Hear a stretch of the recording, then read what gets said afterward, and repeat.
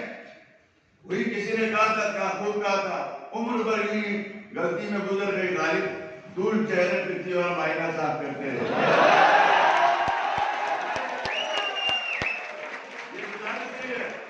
میں چھوٹی سی مثال میں کسی پہ تنقید نہیں کرتا, منشور پہ ایک دوسرے کی تنقید ہوگی. کہا جاتا ہے کہ زمینیں لوگوں کو دی جائیں. مجھے بتائیں کہ یہ چرمش زمین کچھوڑ والوں کو دی جائے گی, نگر والوں کو دی جائے گی, یا چرمش والوں کو دی جائے گی؟ آخر کوئی میکینزم تو ہوگا نا. ریاست کے پاس ہوگی تو ریاست فیصلہ کرے گی کس کی طرف جائے گی. لہٰذا ہم یہ کہتے ہیں صوبائی حکومت کو مانتے ہیں, اپنی حکومت مانتے ہیں, تو پھر جو بھی ایسٹ ہوگا اس صوبائی حکومت کے پاس ہوگا. وہ دے گی لوگوں کا کس کا ہے, اس کا ڈٹرمنٹ کرے. لہذا ہمیں ان چیزوں پہ تھوڑا سا ہمیں محتاط بھی رہنا ہے. یقیناً ہر پارٹی کو حق ہے اپنا منشور دے, اپنی ترتیب بیان کرے. میری گزارش ہوگی مستقبل کے لیے ہم یہی چاہتے ہیں کہ گلگت بلتستان کے اندر یہ جو پرامن ماحول اس کو قائم رکھا جائے. جیسے فیوچر کے لیے ہم نے پلان رکھا ہے, گلگت کا سیف سٹی پروجیکٹ ہے, اس کا 70 کروڑ کا دوسرا پروجیکٹ ہم نے دیا ہے. گاکوچ, ہنزا, نگر, چراغ اور اسکردو کے اندر سیف سٹی پروجیکٹ ہے تاکہ گائیں لوگوں کے اور اس کے ساتھ ساتھ جو پرائیویٹ سیکٹر میں جاب کریٹ کرنی ہے اس کے لیے صرف جادو بیانات سے کچھ نہیں ہوگا. اس کے لیے آل ویدر ٹوریزم انفراسٹرکچر چاہیے. 6 مہینے ہوٹل کھلتے ہیں, 6 مہینے بند ہوتے, کوئی بڑا انویسٹر نہیں آتا. اس کی وجہ یہ ہے کہ 6 مہینے بعد وہ اپنی امپلائز کو بھاری نہیں کر سکتے. لہٰذا اس کے لیے ہم نے 2 منصوبے رکھے ہیں. Infrastructure development, Gilgit Skardu road بن رہا ہے, گلگت نلتر ایکسپریس وے آپ کے سامنے بن رہا ہے, گلگت استور روڈ بن رہا ہے, گلگت چترال ایکسپریس وے ہمارا خواب تھا, رکھا تھا, نیا پاکستان وہ بھی کھا گیا تھا.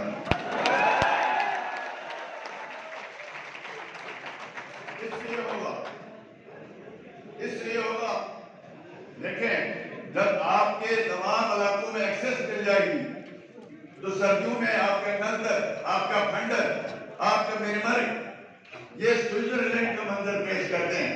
اس کو دیکھنے کے لیے سوائے ہیلی کاپٹر کے علاوہ, ہیلی کاپٹر والوں کے علاوہ کسی کی گنجائش نہیں ہوتی. ہم چاہتے ہیں ان علاقوں میں انفراسٹرکچر جیسے بنے گا روڈ تو اس کے بعد آپ کی ہر شخص کی ٹورسٹ کی ایکسس ہوگی.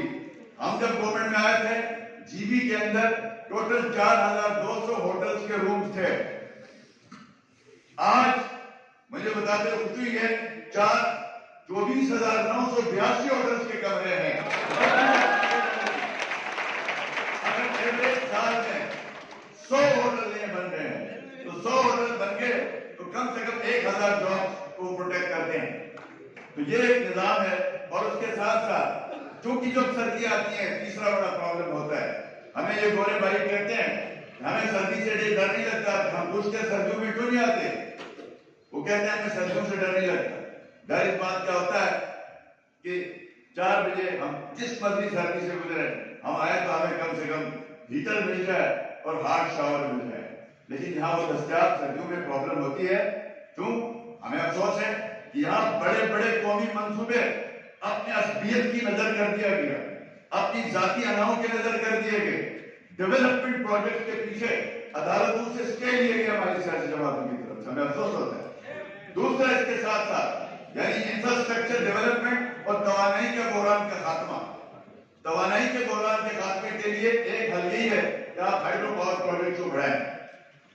اور اس کے ساتھ ساتھ ہم نے ایک منصوبہ دیا، نواز شریف صاحب نے ہمارے قائد نے، کہ جلد کے سردیوں کے مسئلے کا حل ڈھونڈا ہم نے. وہ یہ تھا کہ گھروں میں پائپ لائن کے ذریعے گیس دی جائے. الحمدللہ یہ کسی نے سوچا نہیں تھا. 2 سال ہمیں رگڑا دیا گیا، 2 سال ہمیں ان زمینوں کے نام پہ اتنا بڑا پروجیکٹ. آج ایک گھر میں 6000 کے سلنڈر کا بل آتا ہے، اس گھر میں 1600 روپے کا بل آتا ہے. آپ کی لاکھوں فٹ لکڑی کٹتی ہے، آپ کی سردیوں میں ایئر پولوشن 75 پہ چلی جاتی ہے، اور اس وقت جو گرمیاں ہوتی ہیں وہ 36-37 پہ ہوتی ہیں، جس وجہ سے انگیٹیاں جلتی ہیں، سانس لینا دشوار ہو جائے. 10 سال بعد کہا جاتا ہے گلگت کی پولوشن جو ہے وہ پاکستان کا سب سے بدترین پولوٹنگ ترین جو ہے وہ شہر ہو گئی. وجہ کیا ہوگی؟ کہ سردیوں میں جو ہمارا یہ ربڑ جلاتے ہیں، ہم جو ہے وہ لانچین چلاتے ہیں. تو اس کے لیے ہمیں 2 سال جہاں پہ عدالتوں میں رگڑے دیے گئے، الحمدللہ نئے پاکستان کی تمام کوششیں ناکام ہوئی. آج آپ کو یہ بتاتے ہوئے خوشی ہے آپ کے ہمسایگی میں گلگت بلتستان کا پہلا گیس کا ایئر مکس پلانٹ اپنا کام شروع کر دیا ہے. آپ کے سامنے اس کے ذریعے سے آپ کے گھر میں گیس آئی، آپ کا لکڑی کٹنی بند ہوگی، آپ کے ایئر پولوشن میں کمی ہوگی، آپ کی 10 میگا واٹ بجلی سردیوں میں سیو ہوگی، جس سے ہمارا انفراسٹرکچر کی طرف دھیان جائے گا. اور اس کے ساتھ ساتھ یقیناً سی پیک کے حوالے سے کہا جاتا ہے، ہم کی تنقید ہوتی ہے، کیا لیا یہ بات ذہن رکھیں آپ سارے اسٹوڈنٹس. سی پیک ایک اکنامک پروجیکٹ ہے جو چائنیز انویسٹر سے اور پاکستانی انویسٹر سے انہوں نے مل کے انویسٹمنٹ کرنی ہے، اور اس انویسٹمنٹ کو ریٹرن بھی لینا ہے، انہوں نے اس کا ریٹرن لینا ہے. ہمارے یہاں ریٹرن کی کیپیسٹی نہیں ہے. ہم یہاں کسی پروجیکٹ سے بجلی ہم جو نیچے 4 صوبوں میں بنتی ہے نیشنل گریڈ پہ، وہ 19 روپے میں جو ہے نیشنل گریڈ پہ فروخت ہوتی ہے. ہم یہاں 2.5 روپے میں دیتے. اگر ہم ان کو لے آتے یہاں پہ، اور ہم ان کو یہاں لے آتے تو پھر یہاں 12 اور 22 روپے کی بجلی خریدنے کی سکت تھی آپ کی. یہاں 100 میگا واٹ کی آیو 80 میگا واٹ کھنڈر ہے، آج بھی سی پیک میں منظور ہے. وہ کہتے ہیں کہ آپ آئی پی پی بیس پہ لے لیں. ہم نے نہیں مانا، ہم نے کہا ہمیں آئی پی پی موڈ پہ نہیں چاہیے، ہمیں گرانٹ چاہیے. آج بھی وہ جھگڑا ہے. لہٰذا اسی سلسلے میں ہم نے اپنی وفاقی حکومت سے اس وقت کہا، کیونکہ سی پیک سے ڈائریکٹ جی بی کو کوئی شیئر مل نہیں سکتا، اس لیے کہ یہاں کوئی پروجیکٹ بنا کے اس کے ریٹرن بزنس مین کو ہم نہیں دے سکتے. لہٰذا اس لیے ہمیں factor P S D P سے منصوبے دیے گئے. ہم گورنمنٹ میں آیا 2015 میں، ہمارا پی ایس ڈی پی کا شیئر 2 ارب 85 کروڑ تھا. ہم نے جب گورنمنٹ اینڈ کی ہے ہمارا پی ایس ڈی پی کا شیئر 129 ارب روپیہ تھا. لہٰذا ہمیں یہ سوچنا ہے کہ سب سے بنیادی یہ چیزیں تب ہوں گی اگر ہم نے پیس رکھا، امن رکھا، ہارمونی رکھی. اگر ہم نے الیکشنوں کی خاطر، ووٹ کے خاطر ذات کو، برادری کو، مسلک کو ہوا دی تو خدا کی قسم یہ ساری نعمتیں گرم سے چھن جائیں گی. ہم آج بیٹھ کے گرینڈ ڈیبیٹ کر رہے اگلے کے لیے، شاید ہم اس سے 10 سال پیچھے کریں. اس لیے نوجوانوں سے میری گزارش ہے، خاص طور پر قرآن مجید میں اللہ نے آپ سے وعدہ کیا ہے، تم زمین پہ امن قائم کرو، میں تمہیں 2 انعام دوں گا. 2 انعام دوں گا. وہ ایک انعام کیا ہے؟ رزق کی کشادگی اور موت کا خوف تمہیں ہمیشہ سے ٹالوں گا. کیا گلگت کے لوگ اس بات سے واقف نہیں ہیں کہ 4 بجے دکانیں بند، ادھر مت جاؤ، ادھر سے گولی آئے گی، ادھر سے لاش گرے گی. یہ موت کا خوف. جب دکانیں بند تو کاروبار یعنی معیشت کی تنگی، یہ دونوں ہم نے دیکھے ہیں نا. آپ میں سے جس نے نہیں دیکھا ہے، سب نے دیکھا ہے نا.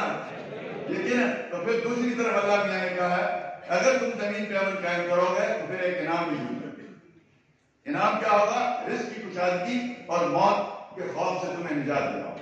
ان 5 سال میں الحمدللہ ہم اللہ طور پر ایک دوسرے کے محلوں میں بھی جا رہے ہیں، ایک دوسرے کی غریب خوشی میں بھی شریک ہو رہے ہیں. ہماری سوچ ارتقا پکڑ رہی ہے، ہم اگلی منزل کا سوچ رہے ہیں. لہذا ہر صورت میں ہم نے یہ یقینی بنانا ہے. یقین جانے نوجوانوں، آپ کے پاس آج کی دنیا میں سوشل میڈیا ہے، انقلاب ہے آپ کے ہاتھ میں معلومات کا. کوئی بات کرتا ہے اس کو تصدیق کریں، ہو سکتی ہے نہیں ہو سکتی. لِمَ تَقُولُونَ مَا لَا تَفْعَلُونَ، تاکہ ہم قرآن کا عمل کر سکیں. ہم آپ کے خلاف ساتھ وہ بات نہ کر سکیں جو عمل نہیں ہو سکتی ہو. اور اس کے ساتھ ساتھ گلگت بلتستان کے اندر 2 بیماریاں تھی جو ڈیولپمنٹ نہ ہونے کی وجہ تھی. ہمیں کہا جاتا ہے 2009 میں، بالکل میں مانتا ہوں اس وقت کی حکومت کا ایک اچھا کارنامہ تھا، لیکن ہمارے 4 سبجیکٹ جو اس علاقے کا پوٹینشیل ہے، منرل، ہائیڈرو، ٹوریزم، فارسٹ، یہ فیڈرل نے منسٹری آف فشری ریفرنس کر رکھا. یہ الحمدللہ 2018 میں ہمارے ایڈوکیٹ صاحب نے کہا 100 کارڈ 2018 وہ آرڈر ہے. ٹھیک ہے، وہ آرڈر نہیں ہے، وہ آئین نہیں ہے. اس آرڈر نے آپ کا منرل آپ کو واپس کر دیا. وزیر اعظم کو اٹھا کے 2018 وہ آرڈر ہے جس نے آپ کا ٹوریزم آپ کے صوبے کو حوالے کر دیا. 2018 وہ آرڈر ہے جس نے آپ کے جو مسائل ہیں آپ کو اس کا مالک بنا دیا جیسے باقی صوبوں کی طرح. اور اسی طریقے سے گلگت بلتستان کا ڈیولپمنٹ بجٹ 7 ارب ہوتا تھا، اس میں سے 5% ہوتا تھا، واپس ہوتا تھا. آپ کے صوبے کا کنسولیڈیٹڈ اکاؤنٹ نہیں تھا. بڑے دعوے کرتے ہم لوگ، اس صوبے کا ریسیڈنگ اکاؤنٹ نہیں تھا آپ کا، کہ آپ کی بل، آپ کی انکم کیا ہے وہ فیڈرل میں چلی جاتی تھی. اور ہم نعرے لگاتے تھے ہمارے اربوں خربوں وفات کھا گیا. ہم نے صوبے کا پہلا کنسولیڈیٹڈ اکاؤنٹ 2015 میں بنایا. ہم نے 7 ارب کا بجٹ 19 ارب پہ پہنچایا. 100% بجٹ یوٹیلائز کرنے والا اس وقت پورے پاکستان میں گزشتہ 5 سال میں سب گلگت بلتستان اور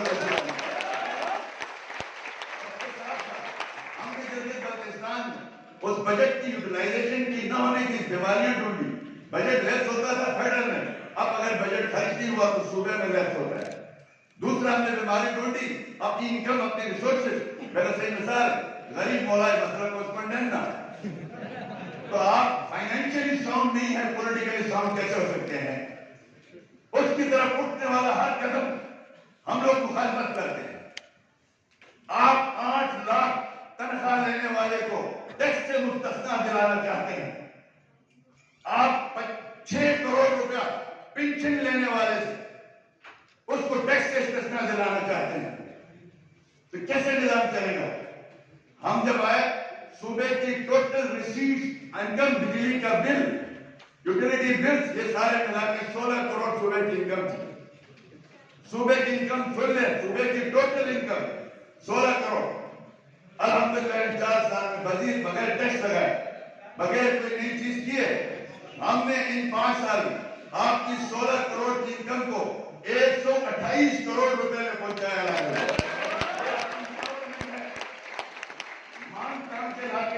یہ ہم نہیں کہہ سکتے کہ جناب ہم جو ہے وہ یہ کریں گے. تو میں سمجھتا ہوں آئینی حقوق کے حوالے سے آخری بات کرنے کی اجازت چاہتا ہوں، وہ یہی ہے کہ یقیناً سرتاج عزیز کی رپورٹ آج وفاق اسی کو لے کے پھر رہا ہے. الحمدللہ میں نے 2 سال اس کمیٹی میں کام کیا. اس کمیٹی کا میں جو سیکریٹری رہا ہوں، میرے دستخط ہے اس رپورٹ کے اوپر. موجودہ وفاقی حکومت فراڈ کر رہی اس معاملے میں. وہ یہ کہ 3 دفعہ میں اس سرتاج عزیز رپورٹ پروویشنل کانسٹیٹیوشنل اسپیشل پروونس کو لے کے نیشنل سیکورٹی کونسل میں پیش ہوا. 3 دفعہ، جس میں عمران خان نے اس کو ہیڈ کیا، جس میں جنرل باجوہ بیٹھے ہوئے، جس میں ISI کے DC صاحب بیٹھے ہوئے، سب بیٹھے. 3 دفعہ موجودہ وفاقی حکومت نے ردی کی ٹوکری میں ڈالا، کہا کہ یہ ہمارے ساتھ سازش ہو رہی ہے، اس کو بند کر دیا. 3 دفعہ. آج تک تو انہوں نے یہ بات کسی فورم میں نہیں کہی. آج یہاں کے جشن آزادی کے دن 1 نومبر، اور وہ بھی ہمارے مسلح فوج کے تقریب میں ملک کے نیشنل لیڈر کو غدار کہہ دینا اور وائٹ پلس کے نام سے وائس اسٹیٹس دے رہے. وہ وائس اسٹیٹس تو پہلے سے ہے، بات کانسٹیٹیوشنل پروٹیکشن کی ہے. لہٰذا اس کے لیے ہم عرض کریں گے، جب تک پارلیمنٹ آف پاکستان 2/3 اکثریت سے گلگت بلتستان کو پروویشنل کانسٹیٹیوشنل صوبہ نہیں بناتی ہے تو کسی کا باپ اس کو صوبہ نہیں بناتا. دوسرے نعرے اسی طرح سے جس طرح باولپور کو صوبہ بنانے کا اعلان کر کے ووٹ بٹورے گئے، بعد میں ان کو ایک سیکٹریٹ دے دیا گیا۔ آپ کبھی یہ خودو بنا رہی ہے، یہ الحمدللہ یہ تبدیلی سرکار وہاں جھوٹ بول کے ہمارے پاس آئی ہے تو ننگی ہو کے آ گئی، ان کی ہر حرکت سے مارا۔ لہٰذا ہم اسٹیٹ کرتے ہیں، ہماری پولیٹیکل پارٹی سے بات ہے، ہماری وفاقی جماعتوں نے یہ طے کیا ہے، ہم پارلیمنٹ کے ذریعے گلگت بلتستان کے ایشو کو، مسئلہ کشمیر کو سیف کرتے ہوئے اس کو پروویژنل کانسٹیٹیوشن اسپیشل پروونس بنائیں گے، لیکن وہ پارلیمنٹ آف پاکستان بنائیں گے، اس کو پولیٹیکل اسٹیٹ کے طور پر یوز نہیں کیا جائے گا۔ اور اس لیے کہ میں اس کو آتھر ہوں، میں نے اس کتاب کو لکھا ہے، میں نے اس پہ سائن کیا ہے، میں اس پہ کبھی نہیں مکر سکتا، اور انشاءاللہ تعالیٰ اللہ نے چاہا تو اس کے منفی مثبت پہلو پہ یونیورسٹی سے میں تقاضا کروں گا ایک ڈیبیٹ کروائیں۔ ہم نے ایک منفی مثبت پہلو پہ فیصلہ نہیں کیا، ہم نے پولیس کے لیے کہا تھا، ہم نے اس پہ جو کچھ کر سکتے ہیں لکھا ہے۔ مثال آخری دے کے آپ سے جاننا چاہتا ہوں، اسٹوڈنٹس بات پہ غور کریں، 3 نیشنل اسمبلی کی سیٹیں گلگت ڈویژن اس میں ایک بنتا ہے، گلگت حمزہ نگر جدھر ملا کے ایک قومی اسمبلی کی سیٹ، 6 لاکھ ووٹ روپے پاکستان میں قومی اسمبلی کی سیٹ ہوتی ہے۔ کیا بتائیں کہ کل اس گلگت کی اس ایک اسمبلی کی سیٹ کے لیے اس ڈویژن میں 9 سیٹیں ہیں، ان کے لیے ہم لڑ رہے ہیں، تو کل اس پورے ڈویژن کی ایک سیٹ ہوگی تو سیکٹریٹ معاملات کا کیا ہوگا، پیسے کتنے لگیں گے، کون آئے گا جو اس کو جو آگے بڑھا سکے۔